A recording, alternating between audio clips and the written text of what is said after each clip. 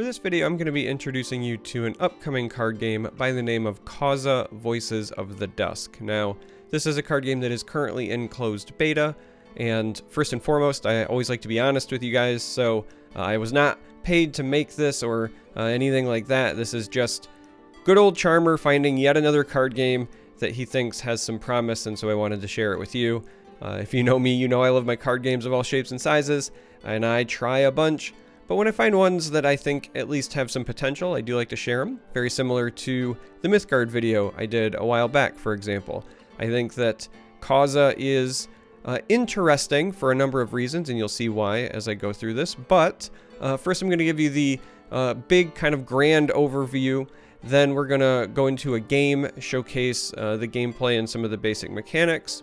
Then I'll discuss deck building, and then finally show off some of the other features that are at least currently in the interface in this beta environment. So Causa is being developed by Nibla Games. This is a Chilean development team. They are targeting an early 2020 release for this. Their website lists platforms that include Windows, Steam specifically, PS4, Xbox One, and Android. It doesn't say it on the website, but I assume if you're doing Android, iOS is probably part of the game plan as well. But I was surprised to see the consoles there, PS4 and Xbox One.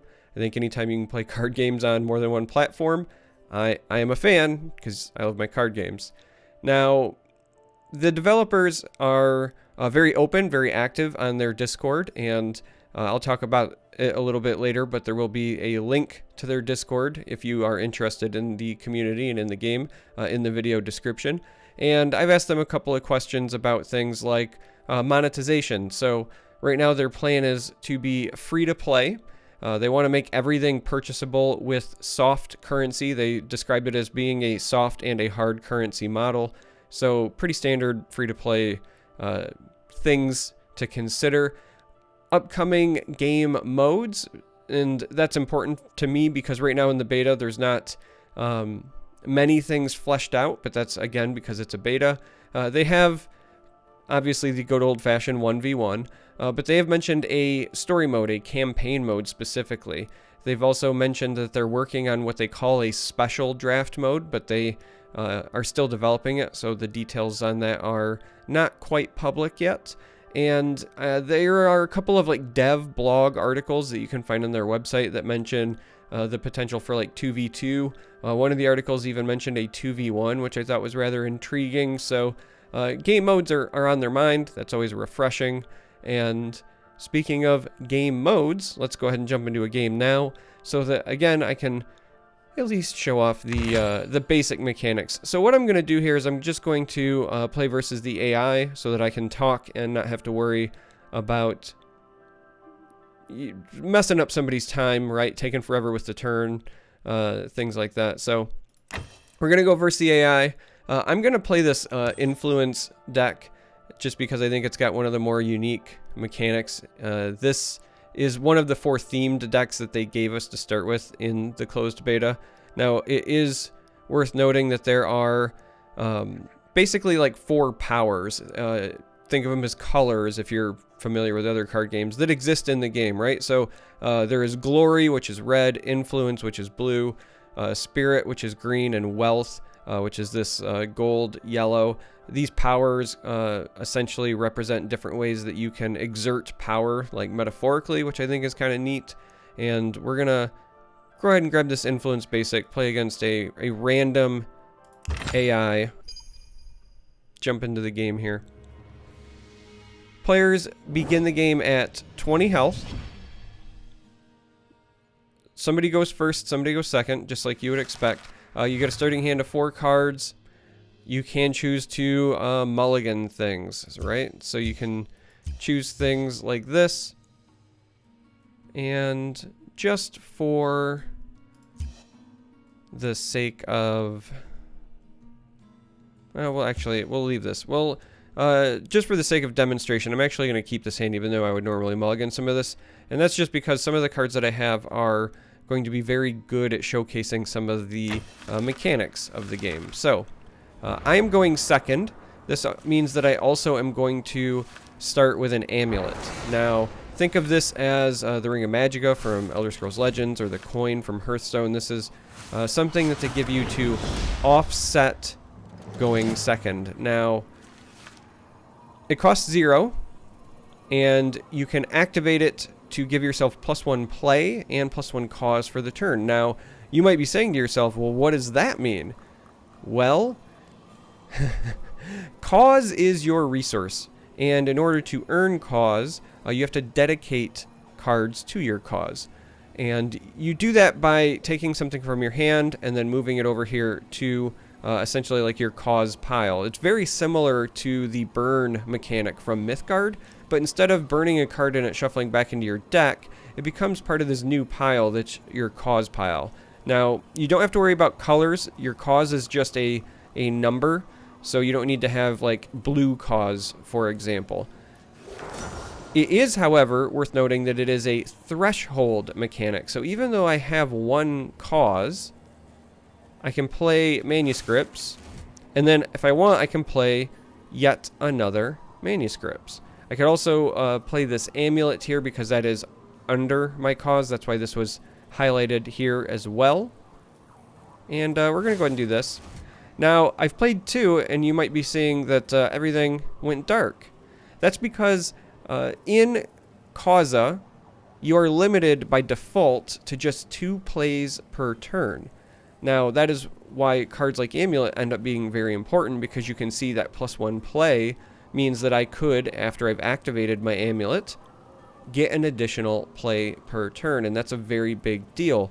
One of the things that I find very refreshing is this actual limitation on the number of plays per turn. I was actually really skeptical when I came in, because I'm just like everybody else. I like to play a bunch of cards, and I thought, well, if I'm limited, isn't that going to potentially ruin the fun for me? And it turns out, no. In the short time that I've been playing, it's been a little bit refreshing to, you know, have a handful of cards, but then really feel the weight or the impact of my decisions because I know that I can't play them all. I also think it's a great way to offset this resource system, because being that it's a threshold resource system, you don't want to hit a point, for example, like what I had, where everything in your hand is very cheap and you hit that threshold and then you just dump everything onto the board. So to kind of control the pace and the tempo of the game, I think that the limitation on plays works really well with the threshold system. Now, it is also worth noting,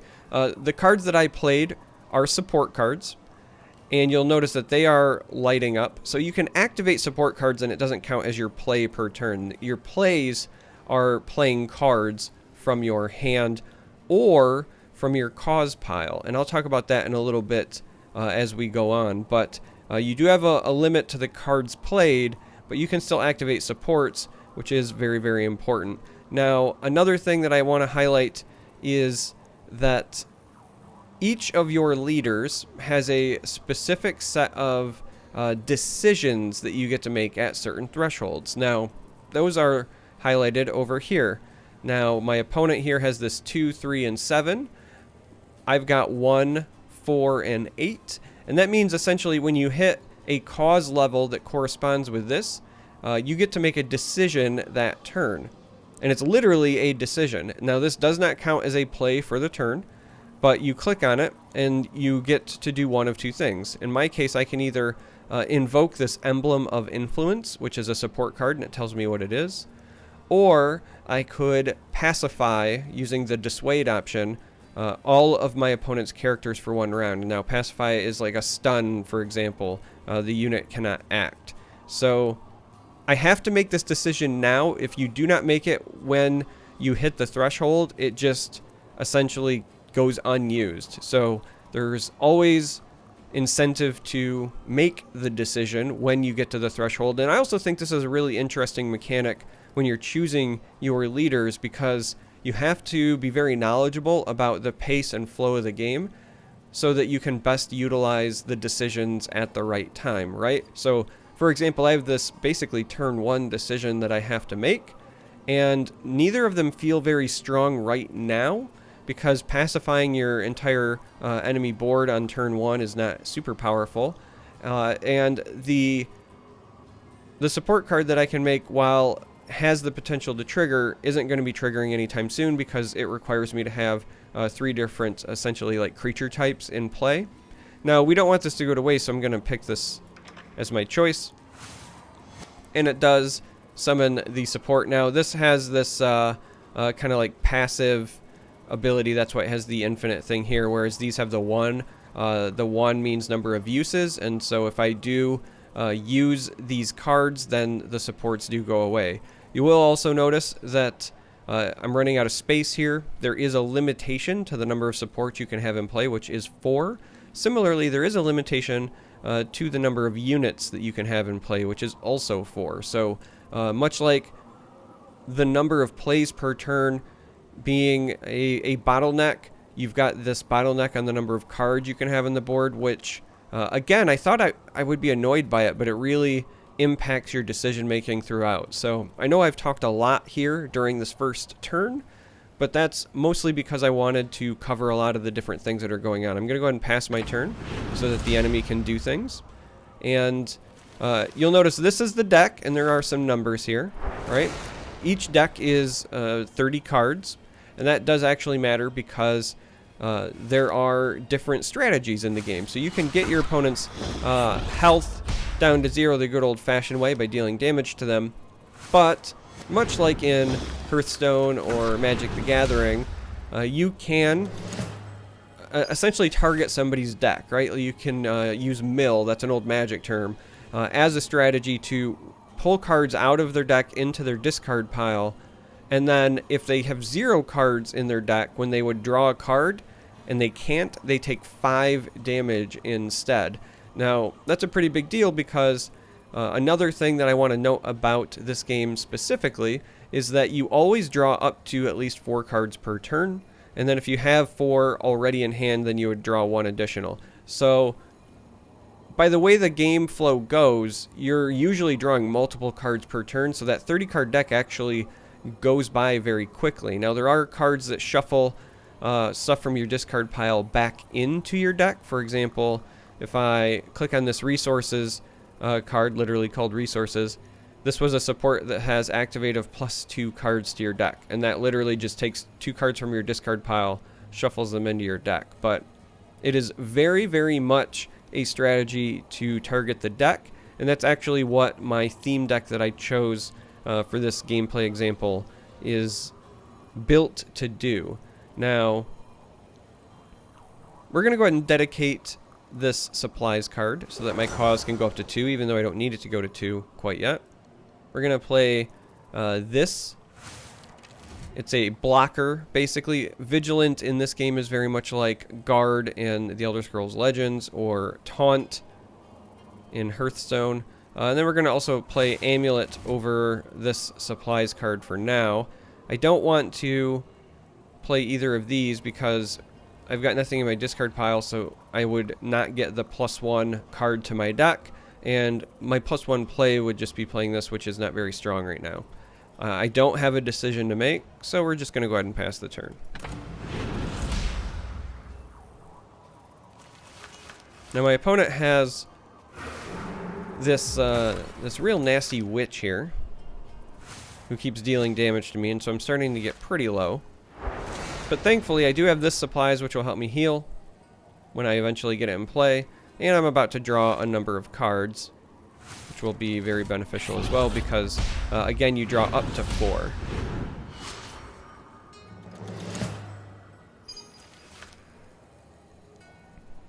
Alright, now, we're going to go ahead and dedicate this higher cost card because we can't play it. We have this Flurry of Knives that deals 1 damage to all opponent units and gives me +1 play for the turn. So we can go ahead and do this and then continue taking other actions if necessary. And then now that we have something in the discard pile, using this, for example, is not half bad.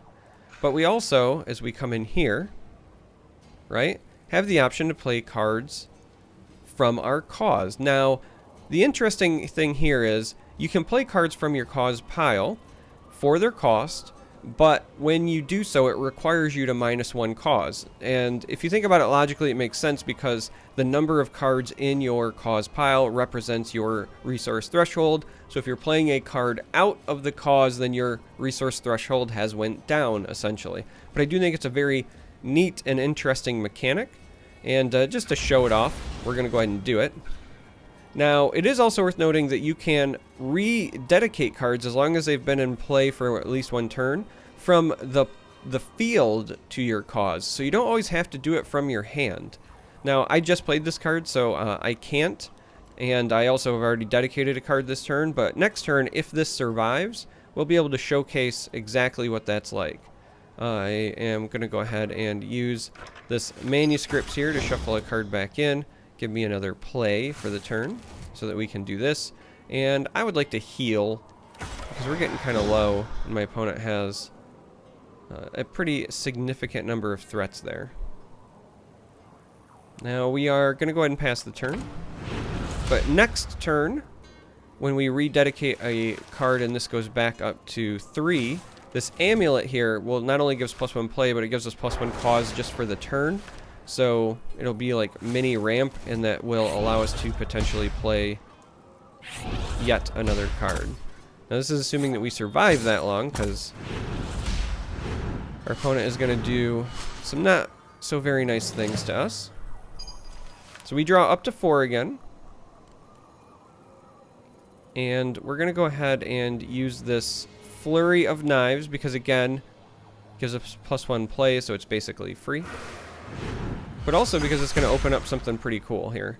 Now, we can go ahead and attack this. So this is a game where attacker chooses targets. And then we can dedicate it afterwards to our cause, as opposed to playing something from hand. I just think that's a really interesting resource mechanic, personally. Now we're going to go ahead and use this amulet as well, so that we can go up to 4 cause again. And if we want, we can play things from our cause pile. But we're going to go ahead and play this from our hand instead. We also have a decision to make.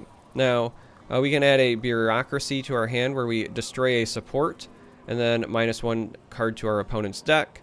Or we can choose this electoral campaign where we -2 cards from our own deck, but then we give +1 to our cause. Now, the ramp part is very, very nice, don't get me wrong, but I want to get rid of my opponent's support.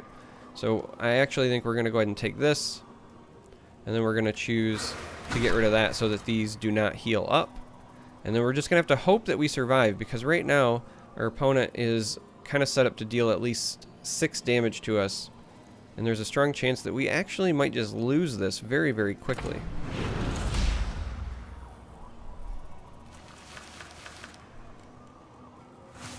So, for example, this is going to increase one of their damage. And so they only need to deal 1 more damage to us.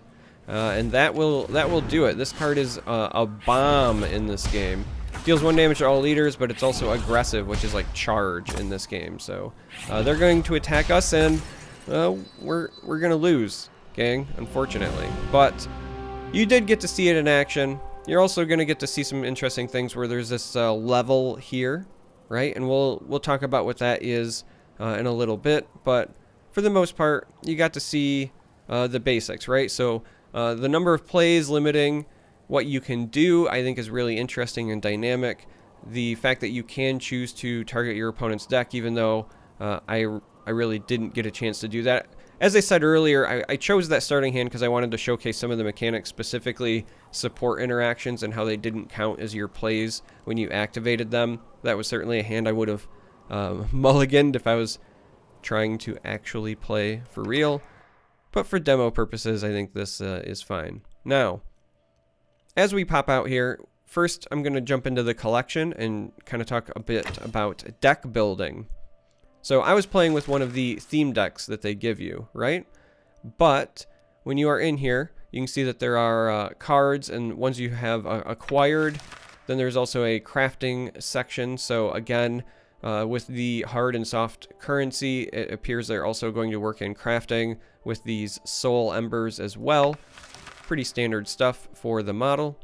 You can also see that you can choose cards by the different powers, right? So again, you've got glory and wealth and influence and spirit for the 4 colors, and then there are neutral cards essentially as well. Now, decks, again, I don't have a custom built deck, but we'll show that off in a moment, and then the themed decks that they give you. Leaders. So as of right now in the game, there are leaders for essentially the different powers, right? So we've got 2 different leaders for glory, 2 different leaders for wealth, 2 and 2. So right now in the beta, 2 leaders per power, if you will. There's also this charms section where this is basically your cosmetics, right? So things that they're already considering. You have card backs, backgrounds for your board, avatars, titles, and then banners, right? So again, the sort of thing that you would expect, but nice to see that it's in there for the beta so far. So let's go back to decks here, and let's pretend that we're gonna build a custom deck. Let's go ahead and grab Spirit, for example. We have Nilset and then Kadam. So when you're on a hero, excuse me, a leader, I'm gonna call them heroes accidentally from time to time, but when you're on one here, you get to see what your decisions will be, right? So if we look at this one, for example, they're gonna have a threshold of 1, and then they're going to give you options, right? And then 4 and 8. Whereas Nilset, that's the one that the AI was just playing against us, has them at 2, 3, and 7. So let's go ahead and grab that and say next.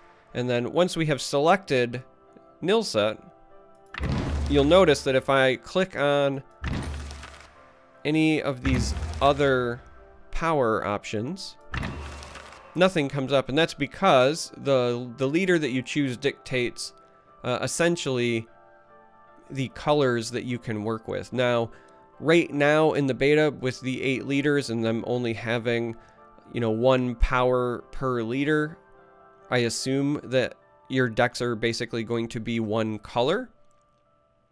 That being said, there is design space for dual colored things in the future, yada yada.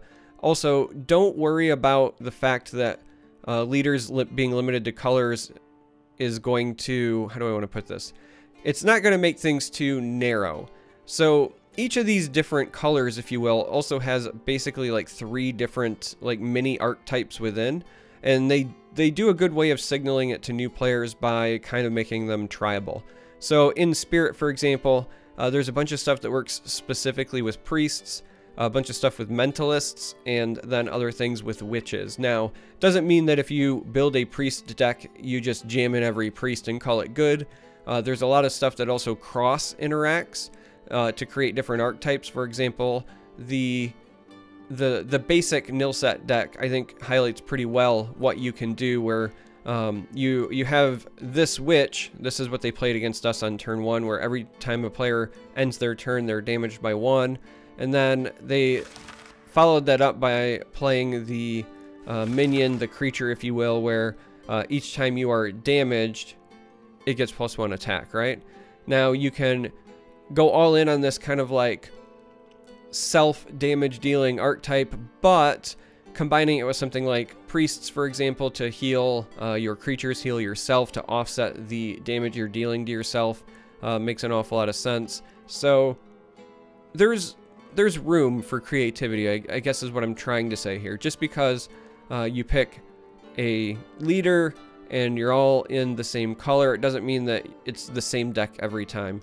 In fact, because of the way the leaders work with their decisions, it's also just more likely that you're going to have at least, at a minimum, 2 archetypes per color, just because the leaders play differently. They do have their own strengths and weaknesses. So again, 30 cards. Now you'll notice we only have 2 of each of the different cards here, so there is a limit of 2. There is differences in rarity, right? We have the old like gray, blue, purple, and gold, right? So think like common, rare, epic, legendary. Very familiar if you're coming from the Elder Scrolls Legends. This is a quote-unquote legendary, but as you can see, I can add 2 of it. Thus far, in my experience going through, I have not seen anything that would be the equivalent of a unique legendary. All the legendaries, you can put 2 copies in. So, maybe it's something to add in the future. I don't know. But for now, 30 card decks, 2 of each different kind of card is your threshold. But we're not going to save it. We're going to go ahead and back out, because the last thing I want to do is kind of go through the rest of the interface, right? So I showed you leaders. I showed you what they call charms, which is really cosmetics. You know, cards, and the fact that they're working on a crafting system. Other things I think that are worth noting, even if they're not available here in the beta. You have collection, but you also have market, right? So I don't know if this is going to be where you can trade things with hard currency. I don't know if this is going to be their store where you're buying bundles or buying the hard currency. We don't know any extra details quite yet, but it's there, right? So worth mentioning. Again, in the play mode, you can see there's casual. Ranked is grayed out at the moment, but again, at least on their radar. Campaign, you can see the start of the map, but it's not active yet because we're in the beta. And then custom games, which I find really interesting because there's the ability to make custom like rooms, and I'm very, very curious because it has game mode here if this is going to be how they address that desire for like 2v2, 2v1 that was mentioned in one of their blog articles. Now, other things, we have missions, right? So again, it's a free-to-play game, so you would expect some way to earn yourself currency, and you can see here that these are your quests, right? Play 20 warrior cards in any mode, win 2 matches with a Sirat deck in casual or ranked. So again, this is the leader card. Play 20 mentalist cards in any mode. So this is how you earn these things. Packs, if they were active, they would be here. They're not active at the moment. News, different news things. Again, they have a Discord. The developers are very active, very open and receptive to suggestions. So in the video description, I'm going to include a link to the website for the game, a link to the Discord, so that, again, if you're curious, if you're interested, you can check that stuff out. Profile. So here, you know, when I was playing, you saw the power levels thing, right? Now, these keep resetting, you know, in the closed beta because we're not carrying anything over right now. This is all just for testing purposes, but you can see where, you know, they got this kind of fun like level up system working here. I can't help but wonder if this is going to also lead to unlocking cosmetics or other fun things, because, you know, otherwise it's just for bragging rights or purposes, but it's here. They're tracking how often you play with things. Now, we also have collection stuff at a glance, right, for card backs, banners, titles. So you get all of this. Ranked with season wins, total wins, etc., etc. And yeah, that's the interface. So it's not, I'll say, like as far along as a game like Mythgard, but Mythgard is also very, very close to hitting their open beta. In fact, as of filming this right now, Mythgard is very, very close to hitting open beta.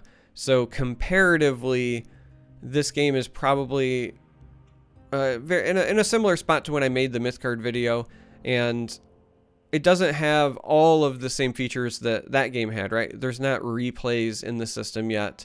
There's a couple of other things that are not quite there yet, but what I have seen in the game so far has been interesting and fun, and I do think that the game certainly has some promise.